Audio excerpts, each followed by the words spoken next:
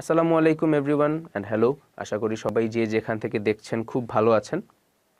আজকে আমাদের 4th class. আজকের ক্লাসে আমরা পড়ব হচ্ছে বাংলাদেশ নিয়ে কিছু জিনিস, যে বাংলাদেশের বেসিক কিছু তথ্য।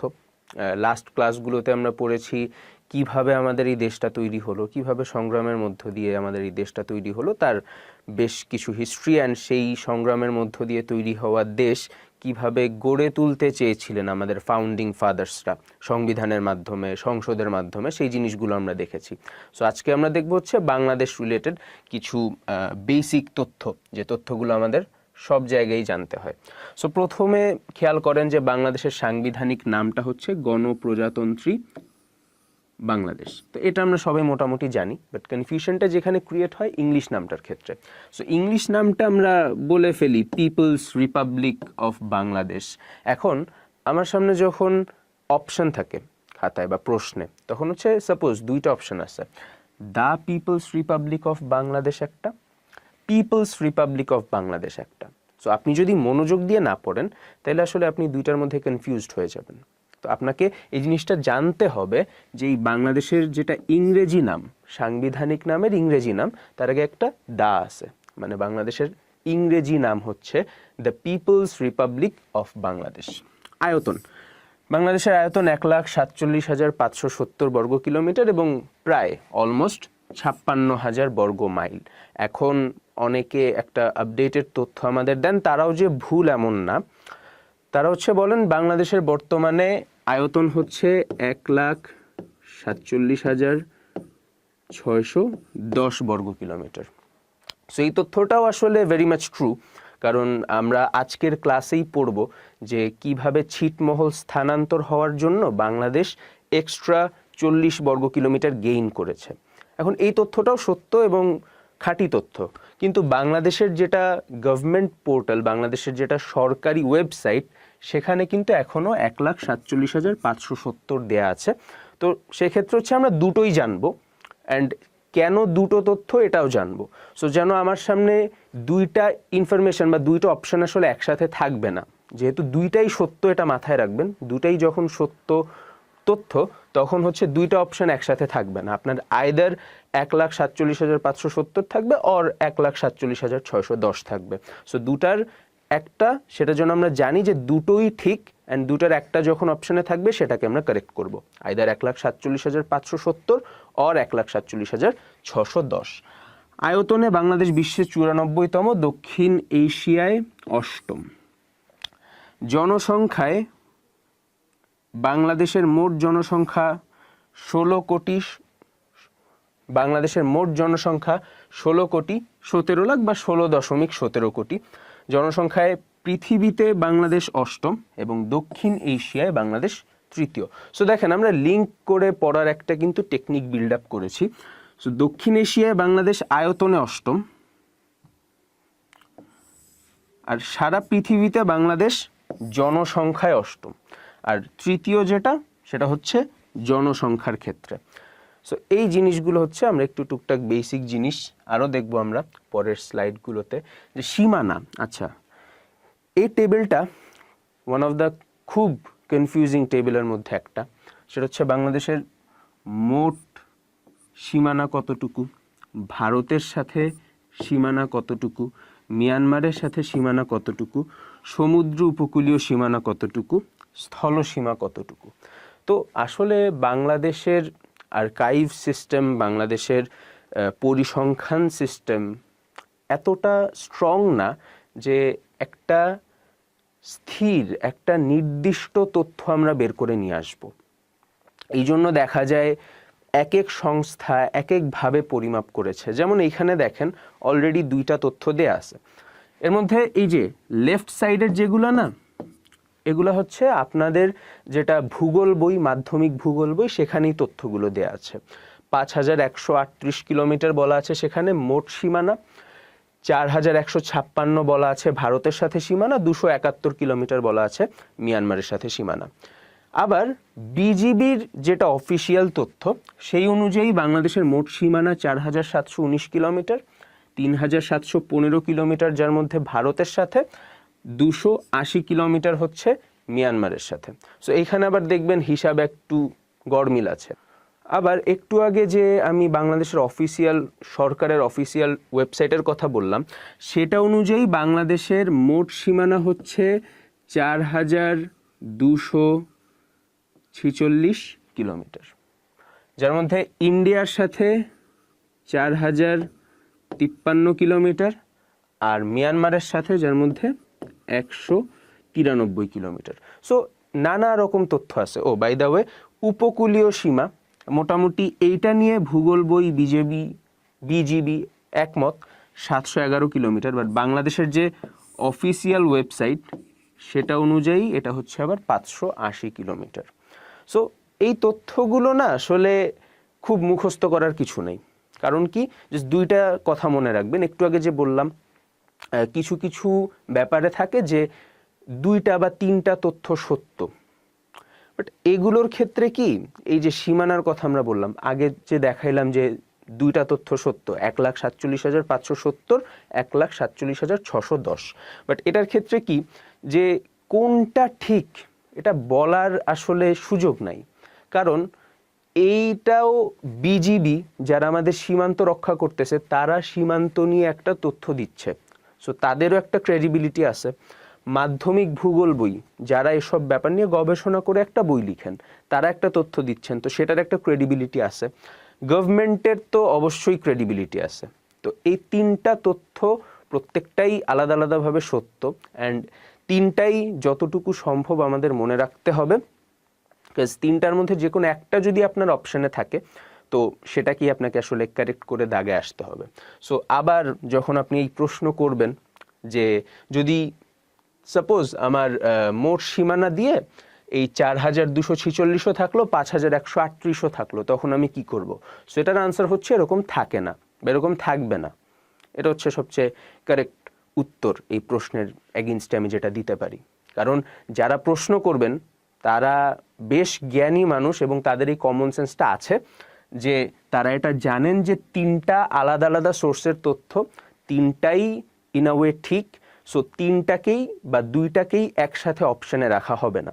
সো যে এই 3টার মধ্যে যে কোনো একটা থাকবে যদি আপনার কোয়েশ্চেনে থাকে। আর সবচেয়ে বড় কথা হচ্ছে এই টাইপ কোয়েশ্চেন আসলে খুব একটা আসে না।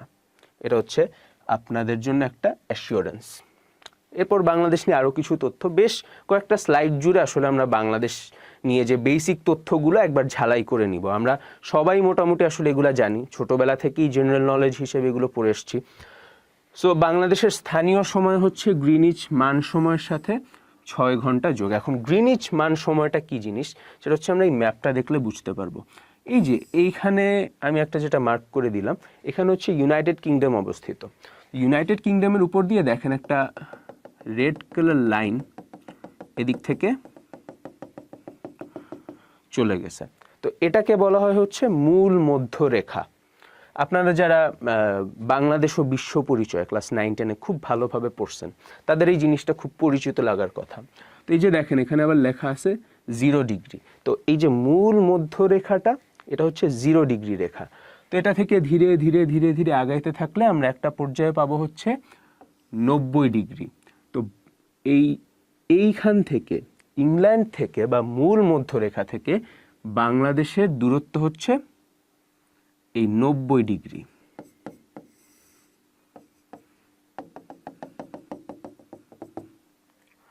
তো বেসিকলি এটা হিসেব করে দেখা গিয়েছে যে আপনার প্রতি 15 ডিগ্রির জন্য 1 ঘন্টার ডিফারেন্স হয়। মানে পূর্ব দিকে তো সবার আগে সূর্য উঠে, সো পূর্ব দিক থেকে পশ্চিম দিকে এটা হচ্ছে ইস্ট, ঠিক আছে? তো ইস্ট থেকে যখন আপনি ওয়েস্টে আসবেন, পূর্ব থেকে পশ্চিমে আসবেন, তখন হচ্ছে আসলে 1 ঘন্টা করে সময় কমতে থাকবে। সাপোজ বাংলাদেশে এখন যদি 8টা বেজে থাকে, তাহলে এই 90 ডিগ্রি থেকে 15 ডিগ্রি পশ্চিম দিকে সেটা কত হয়? 75 ডিগ্রি। সো 75 ডিগ্রি অক্ষরেখায় যদি কেউ আসেন, সাপোজ এটা হচ্ছে 75 ডিগ্রি রেখা, তো এখানে যদি কেউ আসেন তবে ডিফারেন্সটা হবে হচ্ছে 1 ঘন্টার। এটা হচ্ছে একেবারে ইউনিভার্সাল রুল যে এখানে যদি 8টা বাজে তবে এখানে 7টা বাজা উচিত। বা 7টার সময় যেরকম ওয়েদার থাকে, 7টার সময় সূর্য যতটুকু উদিত হয় অতটুকু হবে। এটা হচ্ছে একেবারে ইউনিভার্সাল। এখন এক এক দেশে আসলে এক এক নিয়ম, এক এক দেশ এক একটা স্ট্যান্ডার্ড টাইম ফলো করে। আমেরিকার অনেকগুলো স্ট্যান্ডার্ড টাইম আছে, ফ্রান্স এর আছে হচ্ছে সবচেয়ে বেশি, এর স্ট্যান্ডার্ড টাইম আছে প্রায় 14টা।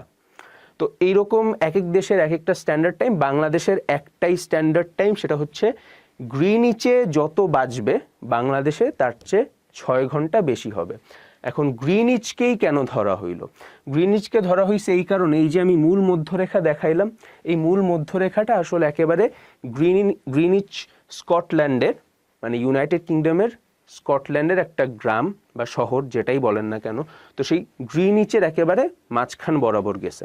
তো এই জন্য গ্রিনিচের টাইমটাকে পুরো পৃথিবীর স্ট্যান্ডার্ড টাইম ধরে বলে যে গ্রিনিচ স্ট্যান্ডার্ড টাইম, জিএসটি।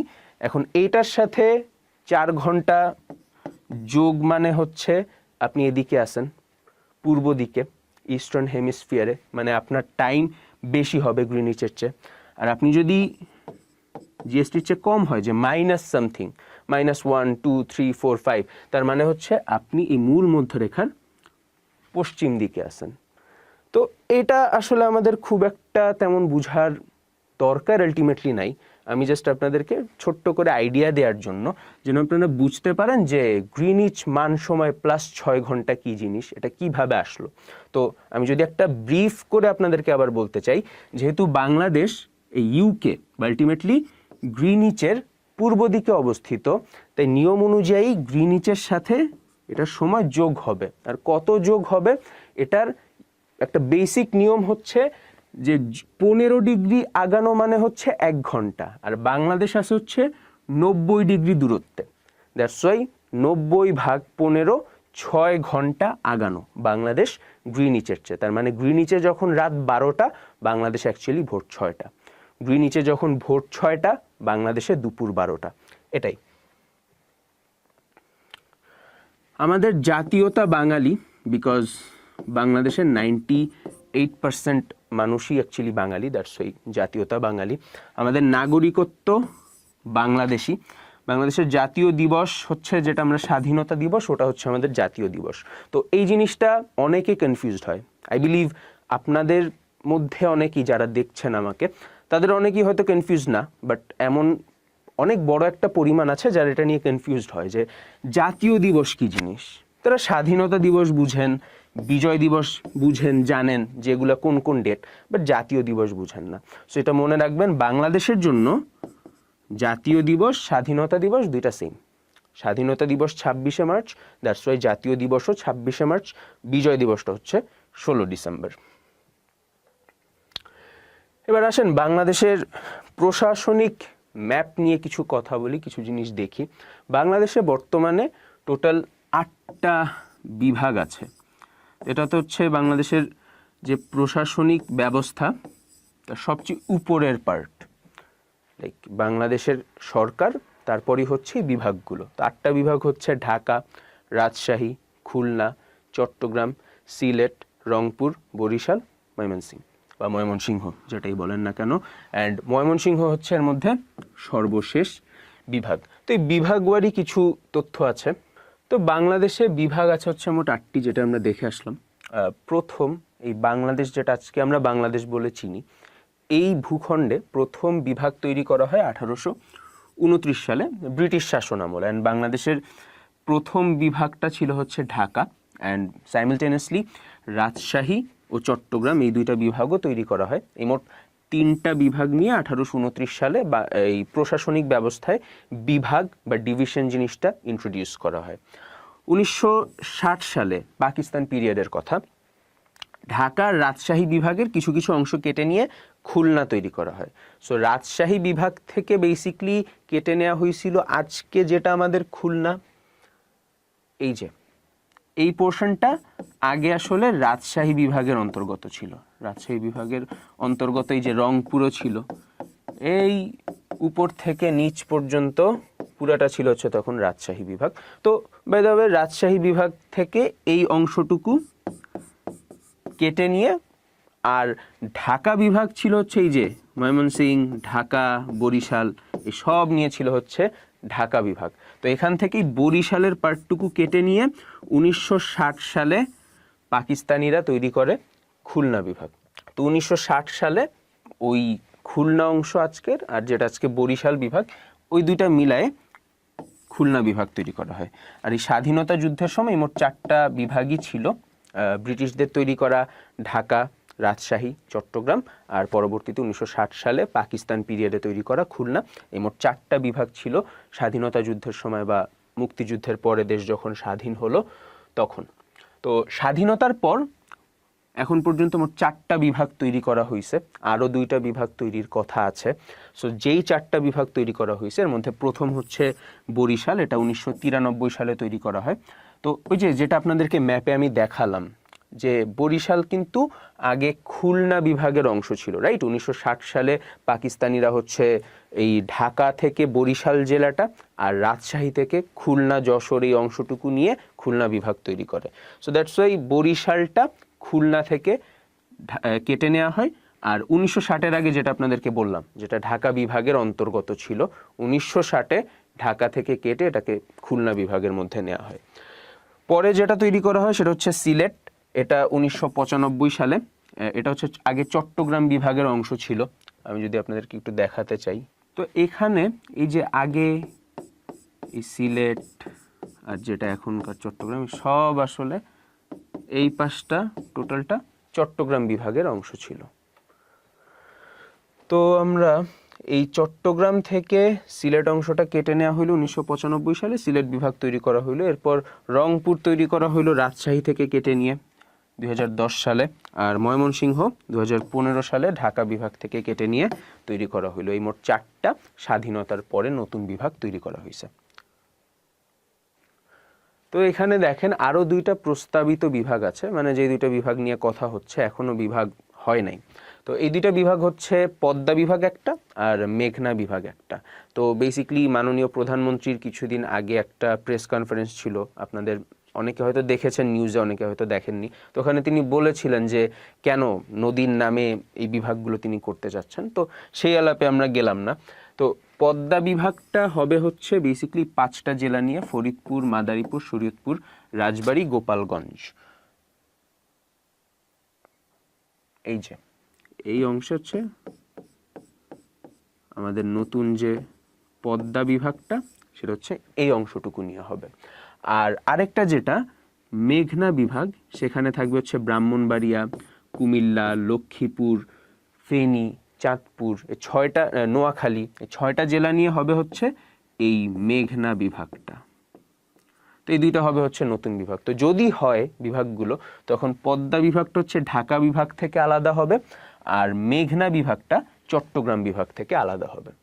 এখন বিভাগীয় প্রশাসনের কিছু ব্যাপার থাকে, তো সেগুলো নিয়ে যদি আমরা একটু আলোচনা করি, যে বিভাগীয় প্রশাসনের যিনি প্রধান তিনি হচ্ছেন বিভাগীয় কমিশনার। আর যেটা আপনাদেরকে বিভাগ নিয়ে একেবারে শুরুতে বললাম যে বাংলাদেশের প্রথম বিভাগ হচ্ছে ঢাকা। 1829-এই 3টা বিভাগ তৈরি হয়, বাট এই 3টার মধ্যে সবার আগে হচ্ছে ঢাকা তৈরি হয়। বাংলাদেশের সর্বশেষ বিভাগ ময়মনসিংহ, আয়তনে বৃহত্তম চট্টগ্রাম এখন পর্যন্ত, আয়তনে ক্ষুদ্রতম হচ্ছে ময়মনসিংহ, জনসংখ্যায় বৃহত্তম ঢাকা, জনসংখ্যায় ক্ষুদ্রতম হচ্ছে বরিশাল। জনসংখ্যার ঘনত্ব বেশি ঢাকা বিভাগে, এটা জাস্ট জনসংখ্যা নিয়ে যেখানে থাকবে অলওয়েজ মনে রাখবেন যেখানে ঢাকাই বেশি হবে, জনসংখ্যার ঘনত্ব হোক, বিভাগের জনসংখ্যা হোক, জেলার জনসংখ্যা হোক, শহরের জনসংখ্যা হোক, যেটাই হোক না কেন ঢাকার আসলে জনসংখ্যা বেশি। আমাদের ঢাকা শহর যেটা, এর মধ্যেই 2 কোটি মানুষ বসবাস করে আসলে। জনসংখ্যার ঘনত্ব কম বরিশাল বিভাগে, ওই যে দেখলেন বরিশালে যেহেতু জনসংখ্যা কম, দ্যাটস ওয়াই জনসংখ্যার ঘনত্বও কম। শিক্ষার হার বেশি বরিশালে, শিক্ষার হার কম সিলেটে। জনসংখ্যা বৃদ্ধির হার সিলেটে বেশি, জনসংখ্যা বৃদ্ধির হার বরিশালে কম। দারিদ্র্যের হার বরিশালে বেশি, দারিদ্র্যের হার সিলেটে কম। এখন এই যে দেখেন টানা কয়েকটা আমরা আসলে শুধু বরিশাল আর সিলেটই পাইলাম, 6টা ইনফরমেশন জাস্ট 3টা নাম, 6টা ইনফরমেশন জাস্ট 2টা নাম, সিলেট আর বরিশাল। সো আমরা অবভিয়াসলি এখানে কিছু জিনিস লিঙ্ক করে পড়তে পারি। তো জিনিসটা হচ্ছে এরকম, একটা আসলেই প্রপার গবেষণা, এটা আমি এমন না যে আপনাদের গল্প বলার জন্য বানায় বানায় বলতেছি, একটা প্রপার গবেষণা থেকেই এটা দেখা গেছে যে বাংলাদেশে শিক্ষার হার যত বেশি না, মানে একজন মানুষ সে কিন্ডারগার্টেন পড়লো, প্রাইমারি পড়লো, হাই স্কুল পড়লো, কলেজ পড়লো, ইউনিভার্সিটি পড়লো, মোটামুটি এই 5টা স্টেপ থাকে কম বেশি। তো এর মধ্যে তার স্টেপ সংখ্যা যত কম, মানে যে মানুষটা প্রাইমারি পর্যন্ত পড়ছে সেই মানুষদের তুলনায় যেই মানুষগুলো ইউনিভার্সিটি পর্যন্ত পড়ছে তাদের মধ্যে বেকারত্ব বেশি। খেয়াল কইরেন আবার, মানে যেই মানুষগুলো আসলে ইউনিভার্সিটি পর্যন্ত পড়ছে তাদের চাকরি পাওয়ার হার আসলে কম তুলনায় যেই মানুষগুলো প্রাইমারি পর্যন্ত পড়ছে। তো দ্যাটস ওয়াই বরিশালে যেহেতু মানুষজন খুব শিক্ষিত, শিক্ষার হার বেশি, তাই আসলে তাদের দারিদ্র্যও বেশি। কারণ দারিদ্র জিনিসটা তো আসে বেকারত্ব থেকে আলটিমেটলি। সো দেখেন দারিদ্র্যের হারও বেশি বরিশালে, কেন? কারণ বরিশালে শিক্ষার হারও বেশি। তো মানুষজন শিক্ষিত হয়ে চিন্তা করে আমি এই কাজটা কেন করব। মানুষজন তখন হোয়াইট কলার জব খুঁজে। হোয়াইট কলার জব মানে হচ্ছে যে আপনি ডেস্কে বসে থাকবেন, ডেস্কে বসে কিছু কাজ করবেন, এইসব। মানুষজন তখন হচ্ছে কায়িক শ্রম, যেমন কুলি মজুরের কাজ বা হচ্ছে আপনার রিক্সা চালানোর কাজ, ভ্যান চালানোর কাজ, এই সমস্ত করতে তখন মানে কমফোর্টেবল ফিল করে না, খুব স্বাভাবিক কারণেই। দ্যাটস ওয়াই শিক্ষার হার যত বেশি হয়, দারিদ্র্যের হার বলেন বা বেকারত্বের হার বলেন, এটাও আসলে টু সাম এক্সটেন্ট বাড়তে থাকে। আবার দেখেন সিলেটে শিক্ষার হার কম, এই জন্য সিলেটে আবার দারিদ্র্যের হারও কম, কারণ মানুষজন তখন অত বাছ বিচার করে না, সে যেই কাজটা পায় ওই কাজটা নিয়ে নেয়। দ্যাটস ওয়াই ওইখানে দারিদ্র্য বা বেকারত্বের হারও কম।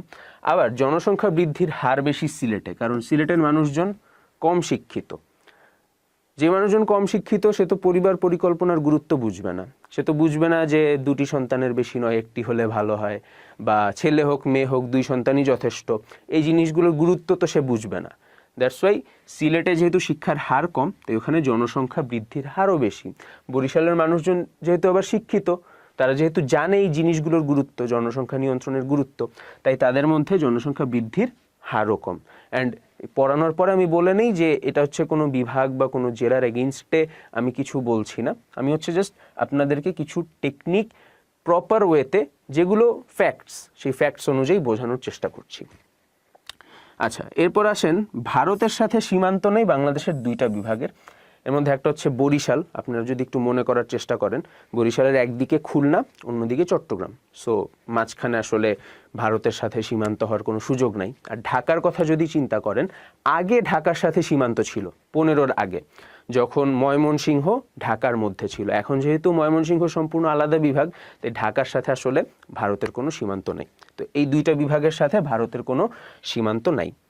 ভারতের সাথে ভারত আর মিয়ানমার, এই 2টা দেশের সাথেই সীমান্ত আছে হচ্ছে চট্টগ্রাম বিভাগের। আর বাকি যেই 5টা বিভাগ, প্রত্যেকটার সাথেই ভারতের সীমান্ত।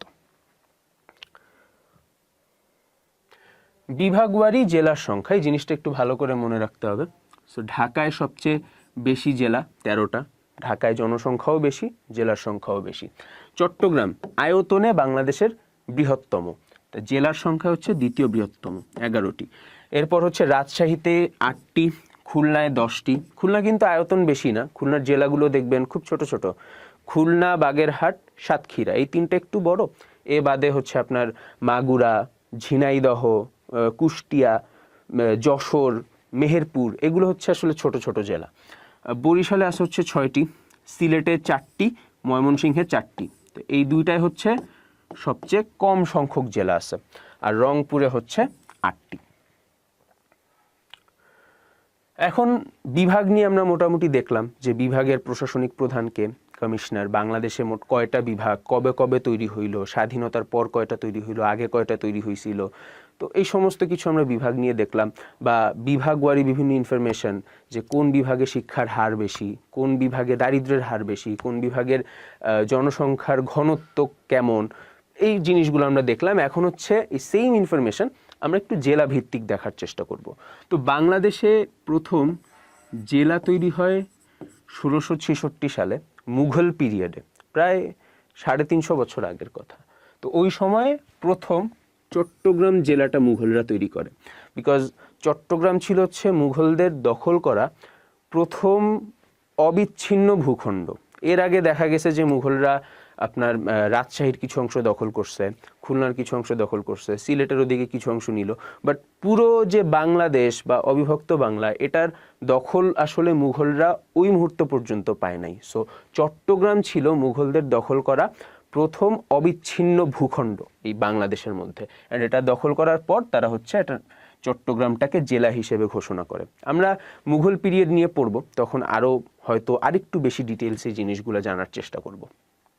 তো এই চট্টগ্রামের নাম তারা তখন দিছিল ইসলামাবাদ। পরবর্তীতে ব্রিটিশদের পিরিয়ডে সেটা হয়ে যায় পোর্তো গ্রান্ডে। অ্যান্ড পরে স্বাধীনতার পর, মানে ব্রিটিশদের কাছ থেকে স্বাধীনতার পর, পাকিস্তান তৈরির পর, এটা আবার এই চট্টগ্রাম অফিসিয়াল নামে ফিরে যায়। মুক্তিযুদ্ধকালীন বাংলাদেশে জেলা ছিল 19টা আর মহকুমা ছিল হচ্ছে 44টা। তো এই দেখেন 44 আর 19 মিলে হচ্ছে 63। তো এই 63 সাথে 64, বাংলাদেশে বর্তমান জেলা হচ্ছে 64টা। তো এই হিসাবটা আমি আপনাদেরকে দিতেছি যে কেমনে 64টা জেলা হইল। 1984 সালে এই যে 44টা মহকুমা, এদের প্রত্যেককে জেলায় উন্নীত করা হয়। আর আগে যেই বৃহত্তর জেলা ছিল, এই যে আমরা বলি অনেকে বৃহত্তর বরিশাল, বৃহত্তর ফরিদপুর, বৃহত্তর নোয়াখালী, বৃহত্তর কুমিল্লা, তো এই বৃহত্তর বলে আসলে 19টা জেলার কথা বোঝানো হয়। তো এই জেলাগুলোর আন্ডারে হচ্ছে বিভিন্ন মহকুমা ছিল, যেমন বরিশালের আন্ডারে পটুয়াখালী ছিল, কুমিল্লার আন্ডারে কিশোরগঞ্জ ছিল। তো সেই জেলাগুলোর আন্ডারে যে মহকুমা ছিল, এগুলোকে 1984 সালে প্রত্যেকটাকে জেলায় উন্নীত করা হয়। ইন দ্য মিন টাইম এই যে মেহেরপুর উপজেলা ছিল, এটা কিন্তু মহকুমা ছিল না, উপজেলা ছিল। সো এই উপজেলাকেও জেলায় উন্নীত করা হয় 1984 সালেই। তো এই যে মোট 19, 44, 1, 64, এই 64টা হচ্ছে বাংলাদেশের মোট জেলা। এইভাবে আসলো। সর্বশেষ জেলা হচ্ছে ফেনী। এরপর জেলার ক্ষেত্রে আয়তনে বৃহত্তম হচ্ছে রাঙামাটি, আয়তনে ক্ষুদ্রতম হচ্ছে নারায়ণগঞ্জ। অনেকে হচ্ছে নারায়ণগঞ্জ নাকি মেহেরপুর কোনটা ছোট এই নিয়ে কনফিউশনে থাকে। কনফিউশনের কিছু নাই, নারায়ণগঞ্জ মেহেরপুরের চেয়ে অনেক ছোট একটা জেলা। আপনারা হচ্ছে জাস্ট গুগল করবেন, তাইলেও দেখবেন যে কোনটার আয়তন কত। সো নারায়ণগঞ্জ হচ্ছে বাংলাদেশের ক্ষুদ্রতম জেলা। জনসংখ্যায় বৃহত্তম ঢাকা, বলছিলাম বিভাগ হোক, জেলা হোক, শহর হোক, জনসংখ্যায় ঢাকা অলওয়েজ বৃহত্তম। জনসংখ্যায় ক্ষুদ্রতম হচ্ছে বান্দরবান। সো খেয়াল করেন, আয়তনে বৃহত্তম হচ্ছে রাঙামাটি, জনসংখ্যায় ক্ষুদ্রতম হচ্ছে বান্দরবান। সো পার্বত্য চট্টগ্রামের 2টা জেলা, এটা নিয়ে যেন কনফিউশন ক্রিয়েট না হয়। এইভাবে মনে রাখতে পারেন চাইলে। এখন বান্দরবান, যে বনটাই বান্দরে, সেখানে মানুষ কি করবে ভাই? সো দ্যাটস ওয়াই এখানে মানুষও কম, তো এরা জনসংখ্যায় ক্ষুদ্রতম। এটা যদি কারো অফেন্সিভ লাগে আই এম সরি, বাট এইভাবে চাইলে মনে রাখতে পারেন আপনারা। জনসংখ্যার ঘনত্ব বেশি ঢাকায়, মানে জনসংখ্যা রিলেটেড যা আছে সব ঢাকায় বেশি। জনসংখ্যার ঘনত্ব কম বান্দরবানে, যেহেতু এখানে মানুষও কম তাই ঘনত্বও কম। বিভাগের ক্ষেত্রে আমরা দেখছি বরিশাল বিভাগে মানুষও কম, ঘনত্বও কম ছিল। এখন জেলার হিসেবে যেহেতু বান্দরবানে মানুষও কম, তাই ঘনত্বও কম। প্রথম হানাদার মুক্ত জেলা যশোর, 6 ডিসেম্বর 1971 এটা স্বাধীন হয়। বেসিকলি মিত্রবাহিনী যেটা, মানে ভারতীয় সেনাবাহিনী আর আমাদের মুক্তিবাহিনীর সম্মিলিত ফোর্স, তারা হচ্ছে যশোর দিয়েই বাংলাদেশের মধ্যে প্রবেশ করেন। 10 দিনের মাথায় পাকিস্তানি সৈন্যদেরকে আত্মসমর্পণ করতে বাধ্য করে। প্রথম নিরক্ষর মুক্ত জেলা মাগুরা, মুক্তিযুদ্ধের প্রথম সশস্ত্র প্রতিরোধ গড়ে তোলা হয় গাজীপুর জেলায়। এটা আপনাদেরকে দেখাইছি, ওই যে গাজীপুর চৌরাস্তায় প্রথম হচ্ছে হানাদারদের বিরুদ্ধে সশস্ত্র প্রতিরোধ গড়ে তোলা হয়, যার প্রেক্ষিতে ওইখানে হচ্ছে পরবর্তীতে মুক্তিযুদ্ধের প্রথম ভাস্কর্য গড়ে তোলা হয়। একমাত্র দ্বীপ জেলা ভোলা, শীতলতম জেলা সিলেট, সবচেয়ে বেশি বৃষ্টিপাতও হয় সিলেটে। উষ্ণতম জেলা রাজশাহী, সবচেয়ে কম বৃষ্টিপাত হয় রাজশাহীতে। সো এই জিনিসটা এইভাবে মনে রাখবেন। অবভিয়াসলি বৃষ্টির দিনে কি গরম একটু কমে যায় না? তো যেখানে বেশি বৃষ্টিপাত হয় সেখানে অবশ্যই গরম কম থাকবে, মানে ঠান্ডা বেশি থাকবে। আবার যেখানে বৃষ্টিপাত কম হয় ওইখানে তো অবভিয়াসলি গরম বেশি থাকবে। তো এইটাই, যেহেতু রাজশাহীতে বৃষ্টিপাত কম হয় এই জন্য রাজশাহী হচ্ছে উষ্ণতম জেলা। যেহেতু সিলেটে বৃষ্টিপাত বেশি হয় তাই সিলেট হচ্ছে শীতলতম জেলা বা কম উষ্ণ জেলা। জাস্ট এই জিনিসগুলো, এই যে ছোট ছোট টার্মগুলো মনে রাখবেন। যেটা শীতলতম সেটা আলটিমেটলি হচ্ছে কম উষ্ণ, যেটা উষ্ণতম সেটা হচ্ছে আবার কম শীতল। তো একটাই ইনফরমেশন আলটিমেটলি, ওইটাকেই ঘুরায় পেঁচায় নানাভাবে। এই জিনিসটা একটু মনে রাখবেন ভালো করে। দ্বীপ জেলা ভোলা, এটা বলা হয়েছে। নদীর নামে জেলার নাম ফেনী। তো এই ফেনী নদীর আগে নাম ছিল হচ্ছে ফণী, পরবর্তীতে যখন আরব থেকে পারস্য থেকে মুসলিম সাধকরা এদেশে আসলেন, তারা তো হচ্ছে ফেনি ওটা ওইভাবে উচ্চারণ করতে ফণি ওটা ওইভাবে উচ্চারণ করতে পারতেন না বিধায় এটাকে নদীটাকে ফেনি বলতেন। তো পরবর্তীতে আস্তে আস্তে নদীর নামে ওটার নাম হয়ে গেছে জেলাটার, বা তখন তো জেলা ছিল না, তখন ছিল মহকুমা। তো সেই মহকুমার নাম হয়ে গেছে ফেনী মহকুমা। আর যখন 1984-তে সব মহকুমাকে জেলায় উন্নীত করা হইলো, সো ফেনী হচ্ছে সবার শেষে জেলা হয়েছে, যেটা একটু আগে দেখলাম। তো ওইভাবে এই জেলাটার নাম ফেনী হয়ে গেছে নদী থেকে। তো এটা হচ্ছে একমাত্র জেলা যেটার নাম হচ্ছে নদীর নামে। নীল চাষের ভিত্তিতে জেলার নাম নীলফামারী। তো এই জেলায় বা ওই উত্তরাঞ্চলে হচ্ছে খুব বেশি নীল চাষ করা হইতো।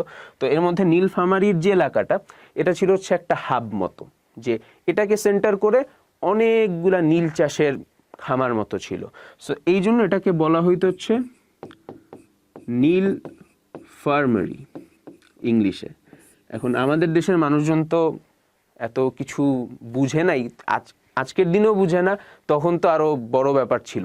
তো এই যে ব্রিটিশদের অ্যাকসেন্টে নীলফার্মারি বলতো, নীলফার্মারি, তো সেইখান থেকে বাংলাদেশি বা বাঙালি মানুষজন এটার নাম দিয়ে দিছে নীলফামারী। উচ্চতম জেলা হচ্ছে দিনাজপুর, সমুদ্র সমতল থেকে 37.50 মিটার উঁচু। তো এই হচ্ছে জেলা রিলেটেড বাংলাদেশের টুকটাক তথ্য। সো এখানে হচ্ছে আমি আপনাদের যদি একটু দেখাইতে চাই বাংলাদেশের ম্যাপে কোনটা কোথায় অবস্থিত। এই যে দেখেন ভোলা, বাংলাদেশের একমাত্র দ্বীপ জেলা। তারপর হচ্ছে যশোর, যেখান থেকে হানাদার বাহিনীর এগেইনস্টে আমাদের মিত্র বাহিনী তারা হচ্ছে প্রবেশ করলো বাংলাদেশে, সেটা। এরপর হচ্ছে মাগুরা, বাংলাদেশের প্রথম নিরক্ষর মুক্ত জেলা। এরপর নীলফামারী, এই যে। এরপর ঢাকা তো আমরা সবাই মোটামুটি দেখলেই চিনতে পারি, এই যে ফেনী। আর এই যে বিভাগের কথা বললাম, ওইটা আরেকবার দেখায় দিই। এই যে এখানে মোট 5টা জেলা দেখতেছেন, রাজবাড়ী, ফরিদপুর, মাদারীপুর, শরীয়তপুর, গোপালগঞ্জ, এই 5টা নিয়ে পদ্মা বিভাগ। আর এদিকে যে দেখতেছেন ব্রাহ্মণবাড়িয়া, কুমিল্লা, চাঁদপুর, লক্ষ্মীপুর, নোয়াখালী, ফেনী, এগুলো নিয়ে হচ্ছে মেঘনা বিভাগ হবে। তো এই হচ্ছে মোটামুটি আমাদের অনেকগুলো ইনফরমেশন বিভাগ বা ডিভিশন রিলেটেড, জেলা রিলেটেড, কিভাবে আমাদের 64টা জেলা হইল, কিভাবে আমাদের 8টা বিভাগ হইল, এদের হিস্ট্রিটা কি, এই সমস্ত। তো বাংলাদেশের ঠিক মাঝখান দিয়ে দুইটা খুব ইম্পর্টেন্ট আন্তর্জাতিক রেখা গেছে। তো এর মধ্যে একটা হচ্ছে 90 ডিগ্রি পূর্ব দ্রাঘিমা রেখা। তো এই 90 ডিগ্রি পূর্ব দ্রাঘিমা রেখাটা হচ্ছে বাংলাদেশের একদম মাঝখান বরাবর গেছে, এই যে একদম এখান দিয়ে গেছে। আমি একটু এটা এদিকে আগায় করছি, এই যে এইভাবে হবে, একটু মুছে দেই।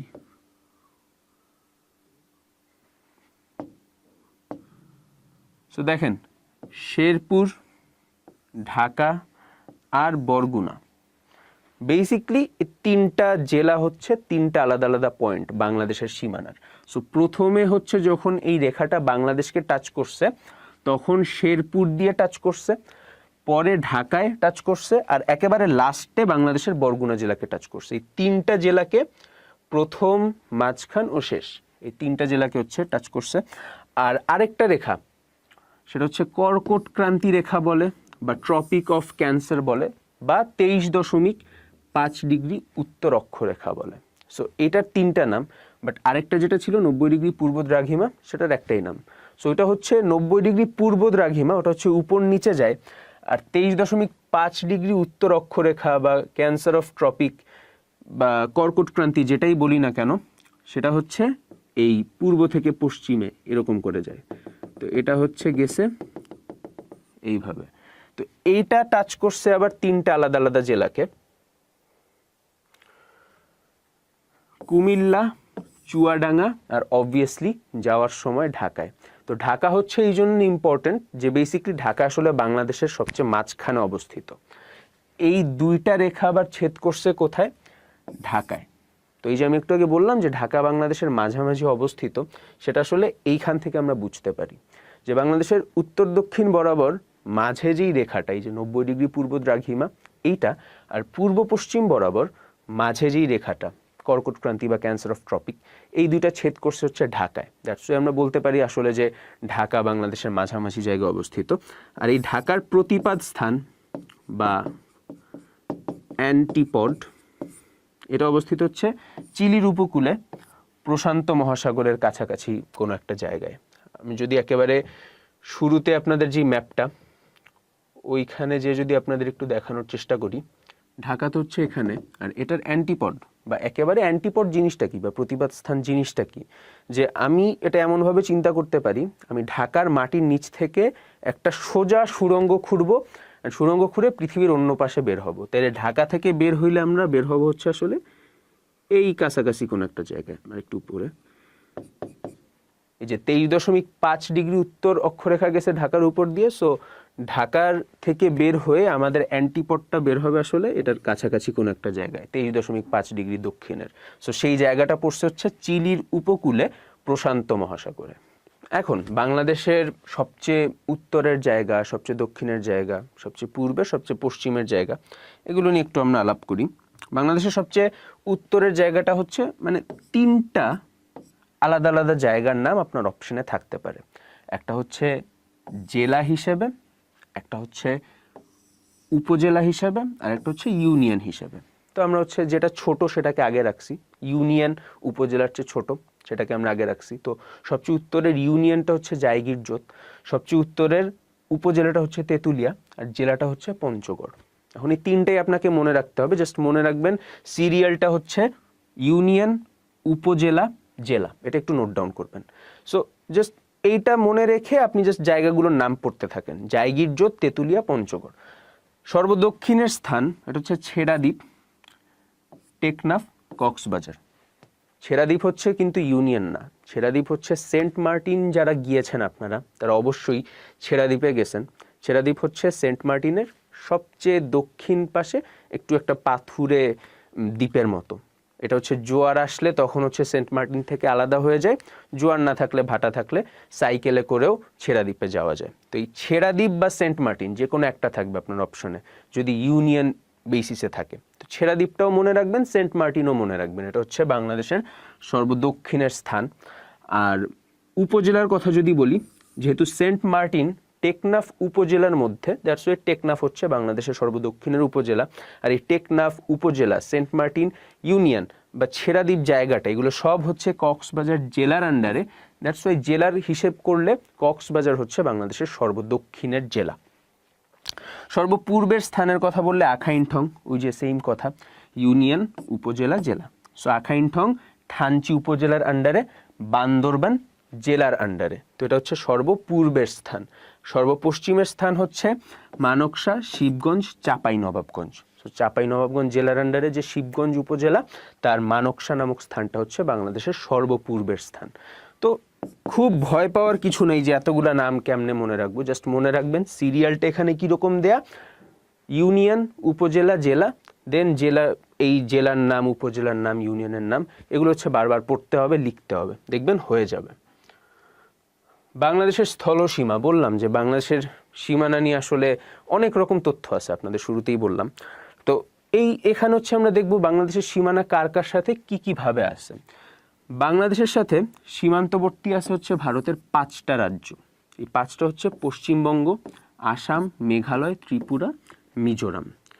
7 সিস্টার্স বলা হয় হচ্ছে আসাম, মিজোরাম, ত্রিপুরা, অরুণাচল, মেঘালয়, নাগাল্যান্ড, মণিপুর। এই 7টা উত্তর পূর্বাঞ্চলীয় ভারতীয় রাজ্যকে 7 সিস্টার্স বলা হয়। এখন এই জিনিসটা এখানে কেন প্রাসঙ্গিক, কারণ আমরা যদি একটু মিলায় দেখি, পশ্চিমবঙ্গ ছাড়া বাকি 4টা যে রাজ্যের সাথে বাংলাদেশের সীমানা আছে, এরা প্রত্যেকেই কিন্তু 7 সিস্টার্সের অংশ। আসাম, মিজোরাম, ত্রিপুরা, মেঘালয়। তাহলে নাই কার কার সাথে বাংলাদেশের 7 সিস্টার্সের মধ্যে? 3টা 7 সিস্টার্সের রাজ্যের সাথে বাংলাদেশের সীমানা নাই, অরুণাচল, নাগাল্যান্ড, মণিপুর। আর বাকি যে 4টা ওগুলোর সাথে আছে, আর আছে হচ্ছে পশ্চিমবঙ্গের সাথে। ভারতের বাকি অংশের সাথে এই যে 7 সিস্টার্স, এরা যে যুক্ত হয়, ওই জায়গাটাকে বলে হচ্ছে চিকেন স্নেক, যেটার ভালো নাম হচ্ছে শিলিগুড়ি করিডোর। তো ভারতের এই বাকি অংশের সাথে এই 7 সিস্টার্সের 7টা রাজ্য যে যুক্ত থাকে, সেটা যুক্ত হয় হচ্ছে শিলিগুড়ি করিডোরের মাধ্যমে, বা যেটার আরেকটা নাম হচ্ছে চিকেন স্নেক। আমি যদি আপনাদেরকে একটু দেখাতে চাই জায়গাটা, তাহলে এই যে দেখেন, এইখানে এই যে জায়গাটা, এই বাংলাদেশ হচ্ছে এই পর্যন্ত, এই পাশ হচ্ছে নেপাল, মাঝখানের এতটুকু জায়গা হচ্ছে ভারতের। তো এইটুকু দিয়ে এই পাশের যে এত আরেকটা বিশাল অংশ আছে ভারতের, তার সাথে বাকি ভারত যুক্ত থাকে। এখন চিকেন স্নেক বলার কারণ হচ্ছে মুরগির গলা কিন্তু আসলে খুব ছোট, আপনি যদি একটু জোরে চেপে ধরেন, ইমাজিন করার দরকার নেই, অনেকের কাছে ভায়োলেন্ট লাগতে পারে, সো যদি চেপে ধরেন তাহলে কিন্তু মুরগিটা আসলে বাঁচবে না। সো যেহেতু ভারতের বাকি অংশের সাথে এদিকের এই বিশাল অংশটা যুক্ত শুধু এই ছোট্ট একটু জায়গা দিয়ে, যার একদিকে নেপাল আর একদিকে বাংলাদেশ, দ্যাটস ওয়াই এটাকে চিকেন স্নেক বলা হয়, যেহেতু এটা ভারতের একটা দুর্বলতা।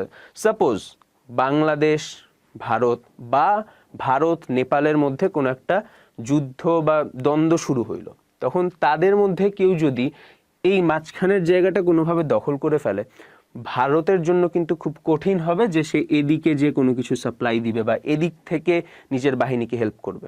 যেহেতু তাই জিওগ্রাফিক্যাল দিক থেকে এটা খুব দুর্বল একটা জায়গা ভারতের, এই জন্য এটাকে আসলে চিকেন স্নেক বলা হয়। তো যেটা আমি বলছিলাম যে 4টা রাজ্যের সাথে বাংলাদেশের সীমান্ত আছে, কোন 4টা? আসাম, মিজোরাম, ত্রিপুরা আর মেঘালয়। এই যে, আর এই 4টা হচ্ছে 7 সিস্টার্সের, আর পশ্চিমবঙ্গ তো পশ্চিমবঙ্গ, আর 7 সিস্টার্সের বাকি যে 3টা অরুণাচল, নাগাল্যান্ড, মণিপুর, এদের সাথে বাংলাদেশের কোনো সীমান্ত নাই।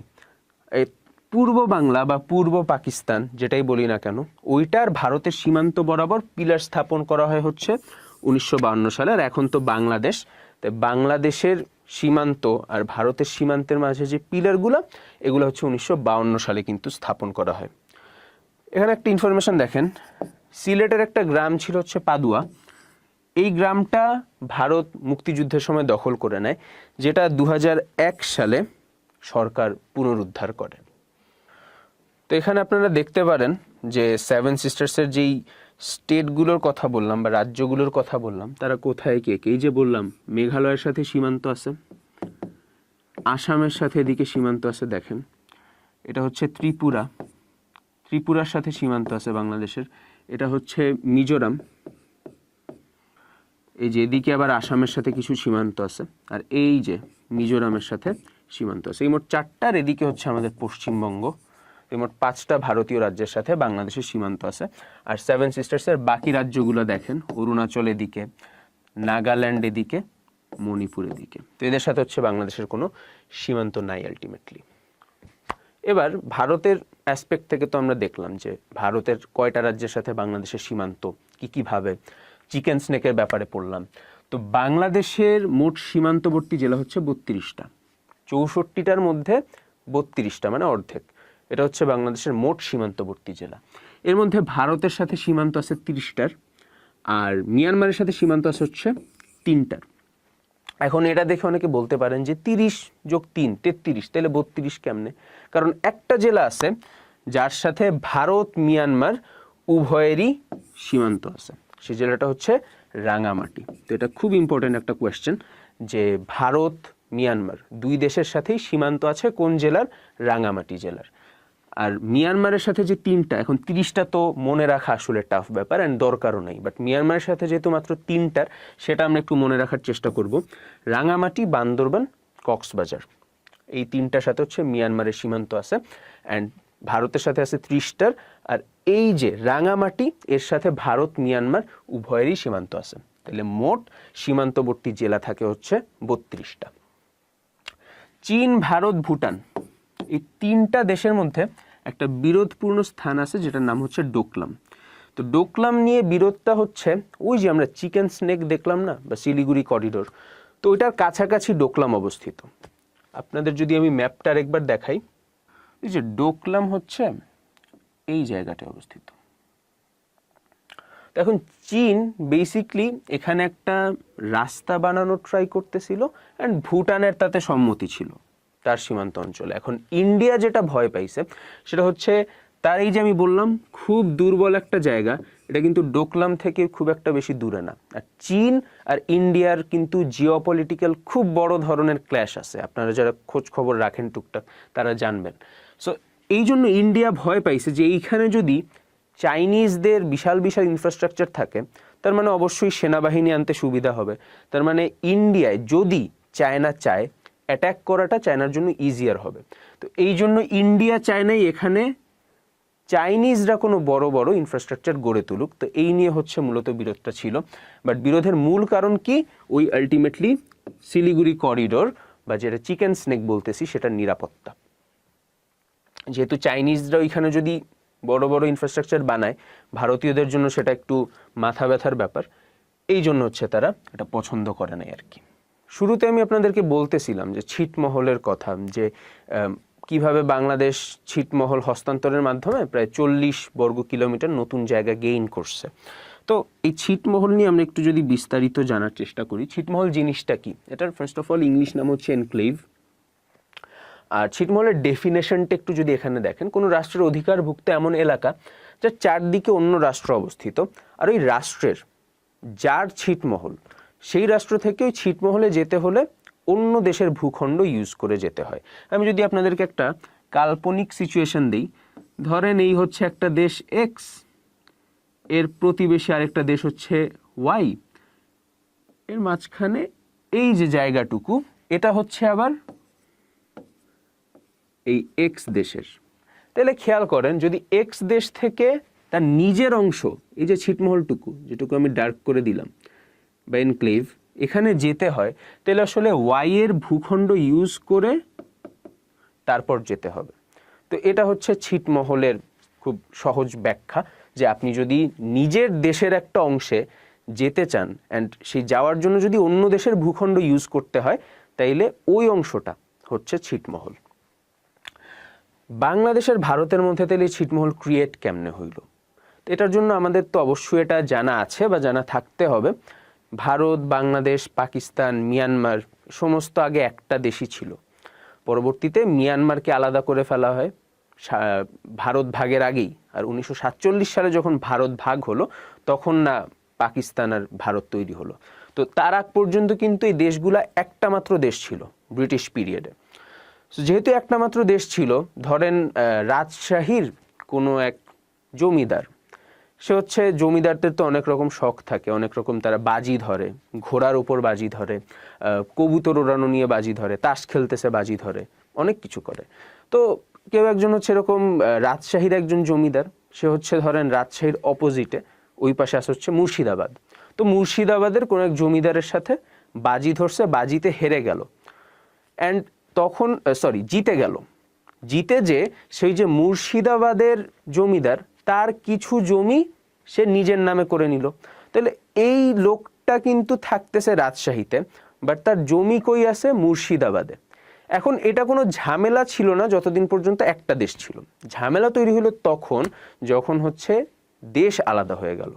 47-এ দেশভাগের পর যখন এই আলাদাকরণটা হইলো, তখন দেখা গেল যে রাজশাহীর জমিদার এখন চিন্তা করতেছে, আমার তো ওই পাশে মুর্শিদাবাদে আমার জমি আছে। এখন যেহেতু ওই রাজশাহীর জমিদার তখন পাকিস্তানের নাগরিক, বা আজকের দিনের কথা চিন্তা করলে বাংলাদেশের নাগরিক, তাইলে ওই জমিটার মালিক আলটিমেটলি ওই জমিদারের থ্রুতে বাংলাদেশ সরকার, বা তখনকার প্রেক্ষিতে পাকিস্তান সরকার।